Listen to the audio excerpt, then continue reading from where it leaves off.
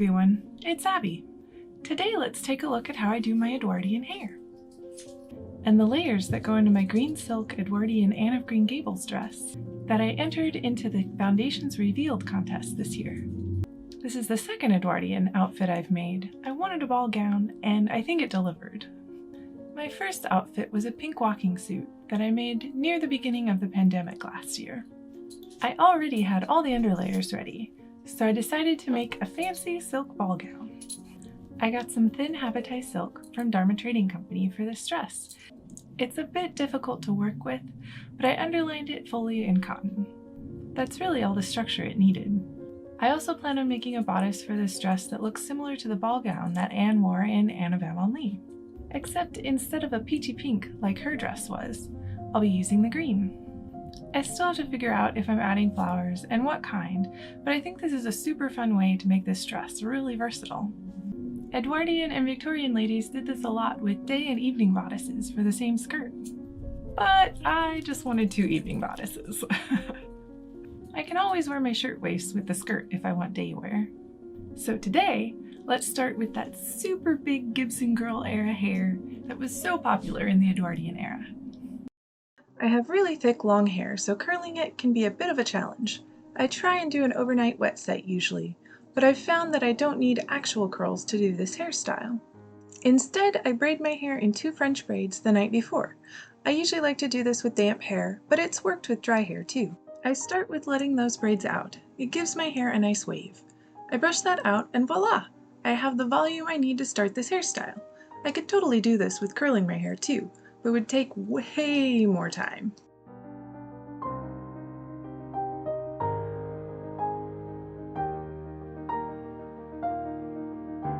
So now I start right behind my ears with my fingers and separate out a generous front section. I wind that up and clip that out of the way for later.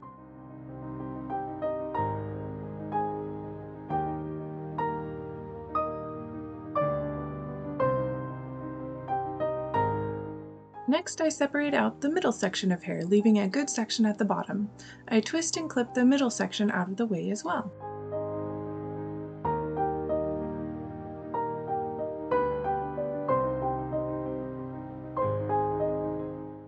For the next step, I like to add a fake braid. I'm using hair from the Art of Wigs collection, and I braided it into the braid that goes all the way around my head. I like something that matches my hair for this piece because it might show through. I wrap this braid around my head, leaving the lower part below the braid, and pin it in place with bobby pins.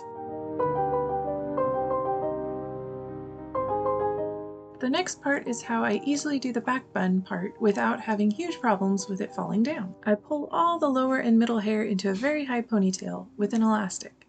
I make sure the bottom part covers the braid as much as I can. Sometimes I've found that leaning forward helps when I'm trying to get the high ponytail tied up.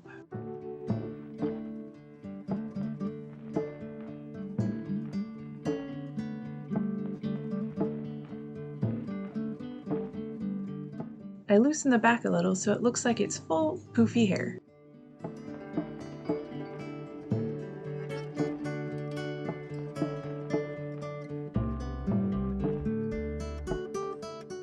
Next, I twist the ponytail around and around to create a bun. If you have shorter hair, you could use a clip-in bun for this part. I just have a lot of long hair. I bobby pin the bun in place and use some hairspray to set the back and bun.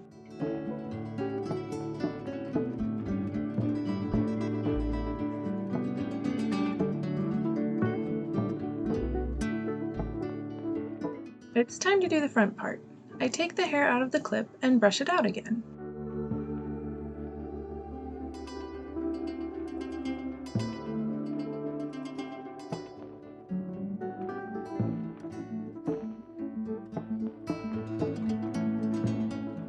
I section out a side piece and back comb the underside.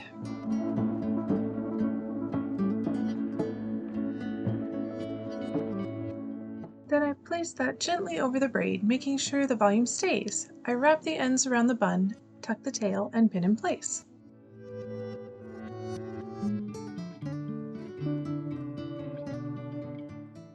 Next, I do the same with the other side piece. You can do more or less sections as needed for your hair. Mine works best with either 3 or 4 sections.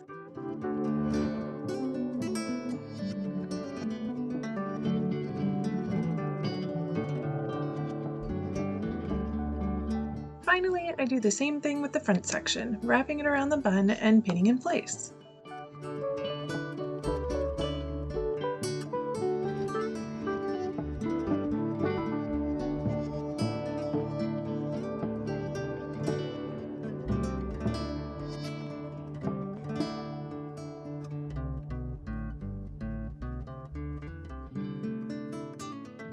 I check to make sure there's enough bobby pins, and add a few more where needed.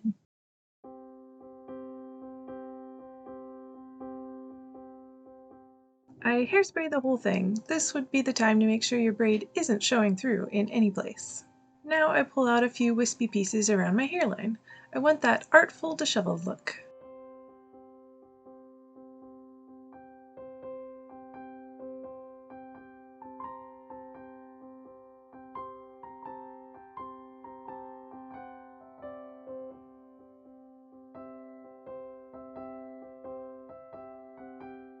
I take my super tiny curling iron and I curl those wispy pieces.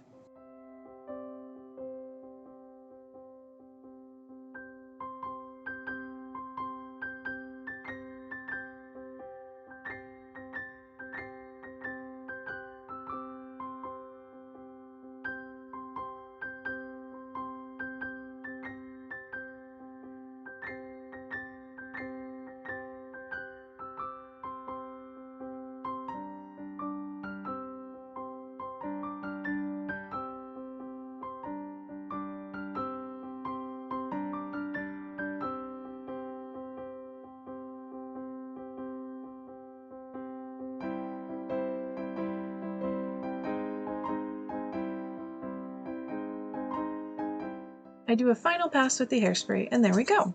A floofy, voluminous Gibson girl hairstyle. I did my makeup very similar to the look I did for my Regency era look. If you're curious, take a look at my Getting Ready Regency style video.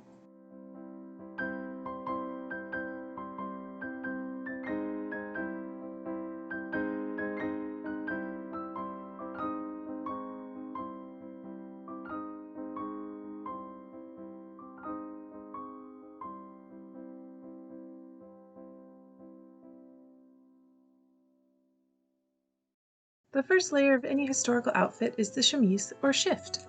This chemise is the truly Victorian TVE02 evening style, so it doesn't show with my evening bodice.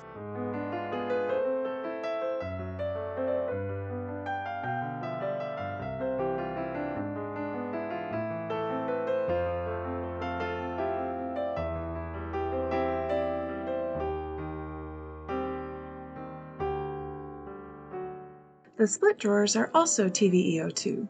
You'll notice they button in the back. This is completely wrong, and I put them on backwards. Oops. But somehow they still work, so no big deal, I guess. The split makes it easier to use the restroom when you have a corset and dress on.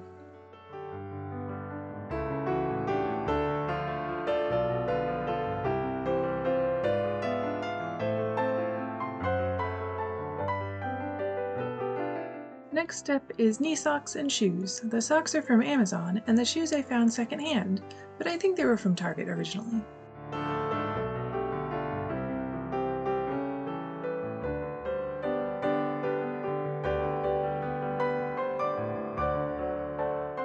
It's good to remember to do this step before the corset because it's harder to lean down after that goes on.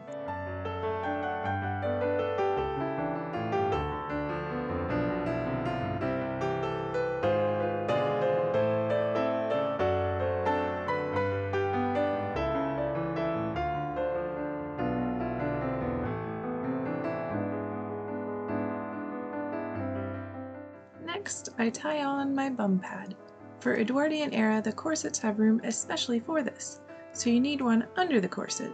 The pattern came with my corset pattern.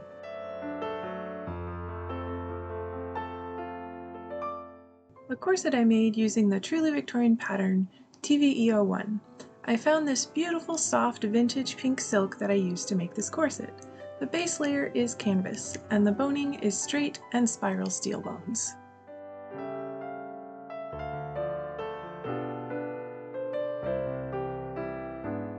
I place the bust padding before I start tightening the corset. They go in under each breast to take up the space in the corset.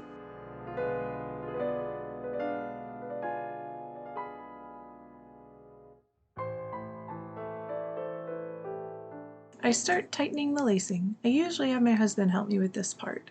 It's a bit difficult to do on your own, but I wanted to give it a shot for this video.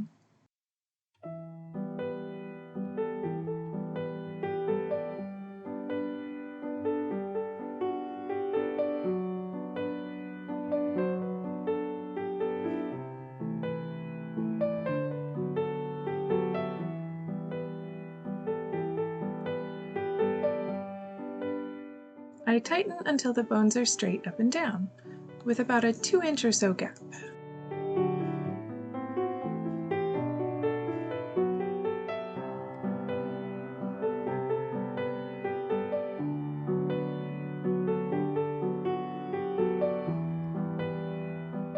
I love how this corset really creates the Edwardian S-curve. I could add another pad over the top of the corset for more bum volume, but it's really not needed.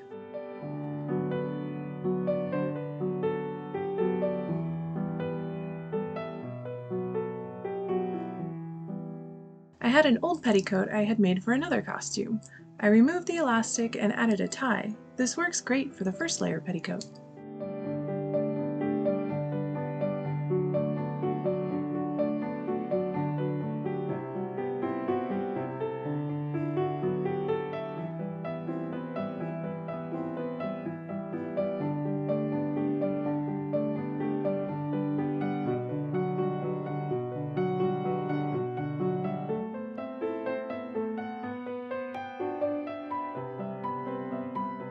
For the second petticoat, I used the pattern for my walking skirt, made a flat front and gathered tie back. I added a gathered ruffle to the middle of the full-length skirt for extra volume.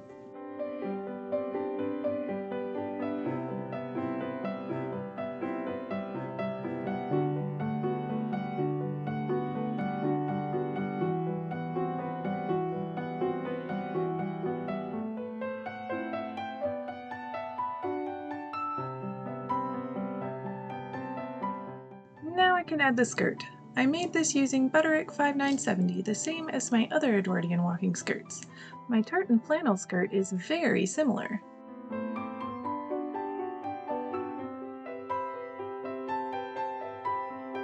I have the hook and eyes in the back that I need to hook.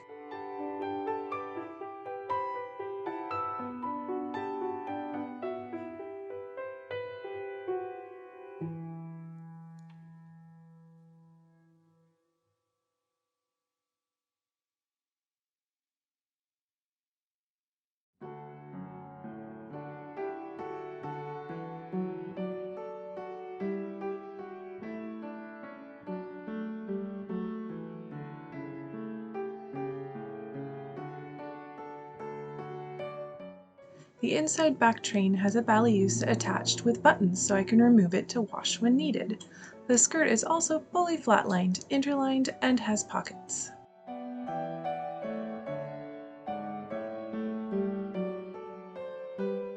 My bodice is also Butterick 5970, but modified a bit. I have built-in ruffles attached to the lining layer, so I don't have to have a ruffled corset cover to floof out the front. These are sweat guards under the arms to protect from staining. I saw them on an extant garment, and I just had to have them.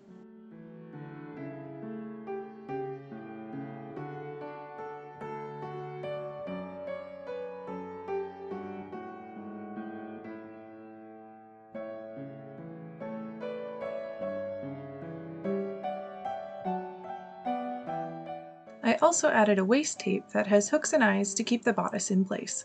It's similar to the structure you see in some wedding gowns. The puffed sleeves are silk chiffon in the same color as the silk habiti of the dress. I created a larger puffed sleeve that is sewn to the fitted undersleeve that's made from the flat-lined silk habiti. I added the lace to the fitted sleeve so it peeks out. The pearls are also hand sewn on. Next up are accessories. I like this long green necklace that I can layer, and some green sparkly earrings.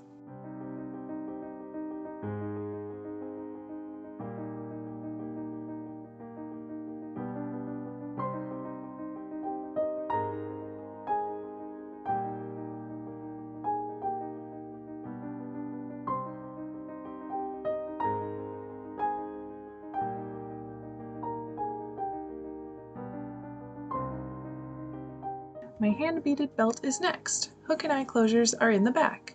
It's made with the contrasting dark green silk charmeuse that I used for the ruffles at the bottom of the skirt, which also matches the lace on the bodice.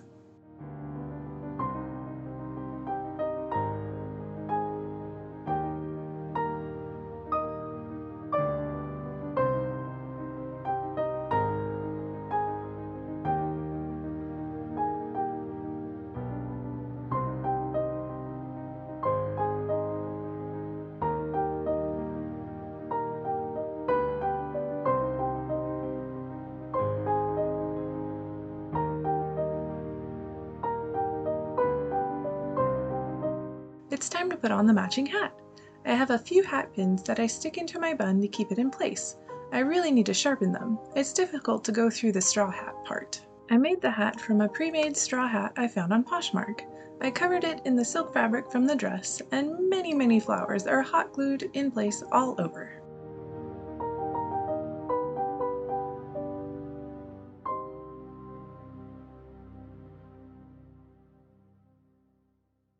I completely forgot to put on my long opera-length green gloves that I made. Normally one would wear gloves, as it was the fashion of the time. And a fan to finish off the look.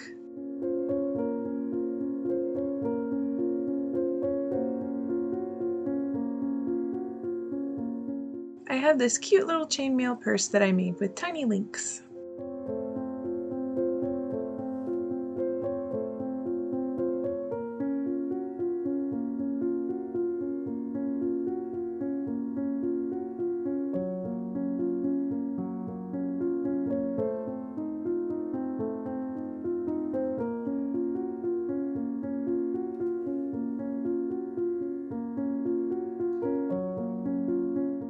I have a cute vintage velvet cape that would help keep me warm outside.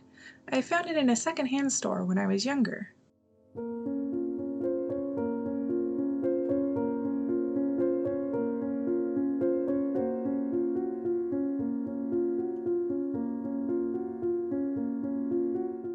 And as Anne was wont to do, I can read my book while looking fashionable in my ball gown.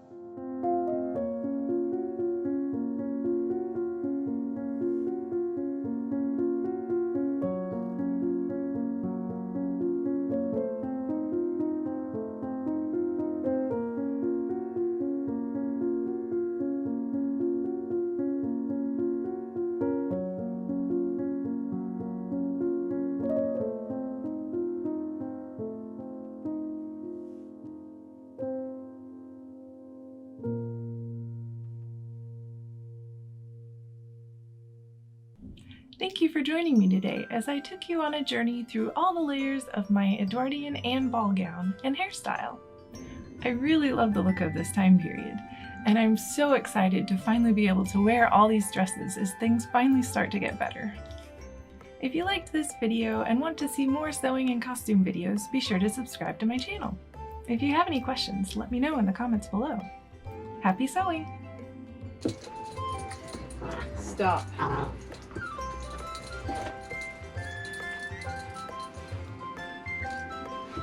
Not right now, please.